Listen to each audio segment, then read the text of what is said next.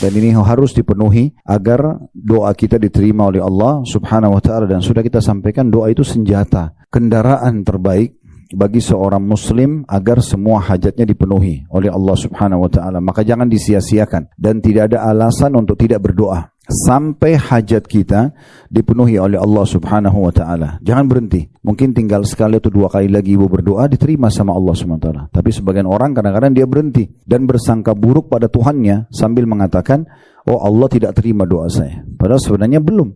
Bukan masalah bukan tidak diterima, tapi belum diberikan jawabannya. Mungkin kadar permintaan ibu itu kalau dikasih angka 10, ibu baru berdoa di angka 5. Masih butuh 5 kali lagi berdoa misalnya. Maka sabar saja, berdoa sampai melihat hasilnya gitu ya.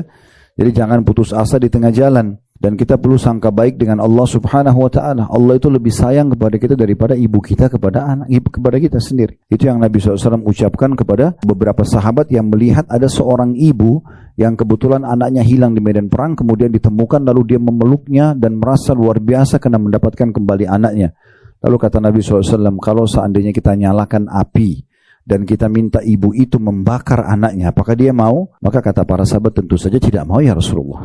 Artinya kehilangan anak, kemudian dia dapat, baru kemudian dia mau bakar anaknya, itu nggak mungkin. Sedangkan tidak kehilangan saja, tidak mungkin seorang ibu bakar anaknya. Lalu kata Nabi SAW, demi zat yang jiwaku dalam genggaman, maksudnya demi Allah, Tuhan kalian Allah lebih sayang kepada kalian daripada ibu kepada anak tersebut. Dan sudah sering kami ulangi, dan kita ulangi beberapa keutamaan doa yang luar biasa yang harusnya tidak luput seseorang di antara kita memahaminya. Jadi saya juga ingatkan kembali, berdoa agar minta dipertahankan nikmat lebih afdal daripada musibah sedang datang minta solusinya. Itu selalu dinyang-nyangkan supaya kita tidak ada alasan untuk tidak berdoa. Nikmat yang ada pada diri seseorang itu bisa jadi doa buat kita. Sebagaimana Allah memberikan dia kekayaan, kepintaran, jabatan, kita bisa mengatakan, ya Allah, sebagaimana Engkau berikan pada dia, berikan kepadaku. Itu bisa saja. Atau ada musibah, ada ujian yang datang pada seseorang, kita bisa jadikan sebagai doa kita. Ya Allah, berikan mereka jalan keluar dan juga selamatkan aku dari apa yang Kau ujikan pada mereka. Lalu apa alasannya untuk tidak berdoa?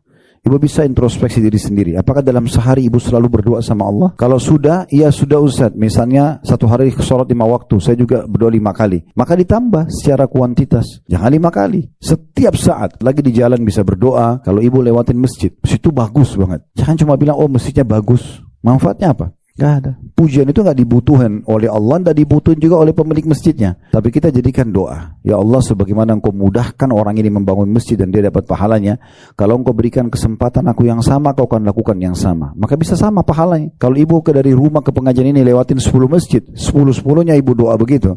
Kalau Allah terima, kita seperti dapat 10 pahala masjid. Belum kalau lewat pesantren, belum kalau lewat apalah, lihat kendaraan mewah orang pakai.